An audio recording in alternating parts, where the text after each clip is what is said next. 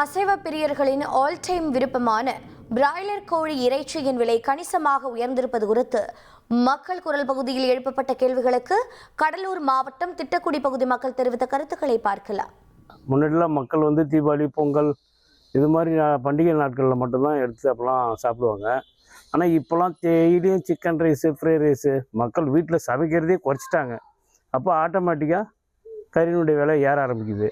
அதுதான் மெயின் காரணம். அதனால் படிப்படியாக சிக்கனை குறைச்சி மீன், ஒரு மட்டனு இந்த மாதிரி மக்கள் கொஞ்சம் கொஞ்சம் மாறினாங்கன்னா நல்லாயிருக்கும். முன்னாடி ஆடு மாடு கோழிலாம் வீட்டில் இருந்தது, இப்போல்லாம் எதுவும் கிடையாது. கரண்ட் பில்லு அன்றைக்கி கம்மியாக ஒரு பண்ணைக்கு ஒரு 500 ரூபாயிலேருந்து 750 ரூபா தான் வரும். இன்றைக்கி ஒரு பண்ணைக்கு 5000 ரூபா கரண்ட் பில்லு வருது.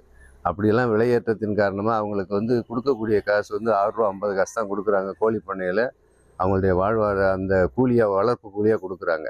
அந்த வளர்ப்பு கூலி 6 ரூபா 50 பைசா கொடுக்குறாங்கிறதால அவங்களுக்கு கட்டுப்படி ஆகலை. ஏகப்பட்ட பண்ணை நட்டத்தில் இயங்குறதால அவங்க விவசாய சங்கத்தோடு இணைஞ்சி இப்போ கோழி பண்ணையில் ஸ்ட்ரைக் பண்ணி 14 நாளாக கோழி குஞ்சு இறக்காமல் நிறைய பண்ணைங்க வச்சுருக்குறாங்க.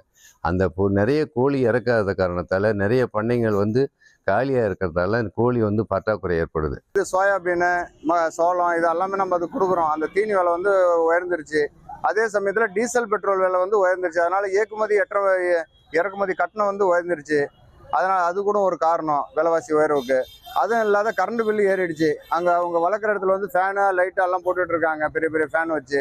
அதனால கரண்ட் பில்லு ஏறத்தால அதுவும் ஒரு காரணம். இனி செல்லும் இடமெல்லாம் செய்தி. தந்தி டிவியின் வாட்ஸ்அப் சேனலை ஃபாலோ பண்ணினா செல்ல இருக்கும் இடமெல்லாம் செய்தி. இதோ QR கோட் இப்பவே ஸ்கேன் பண்ணுங்க, ஃபாலோ பண்ணுங்க.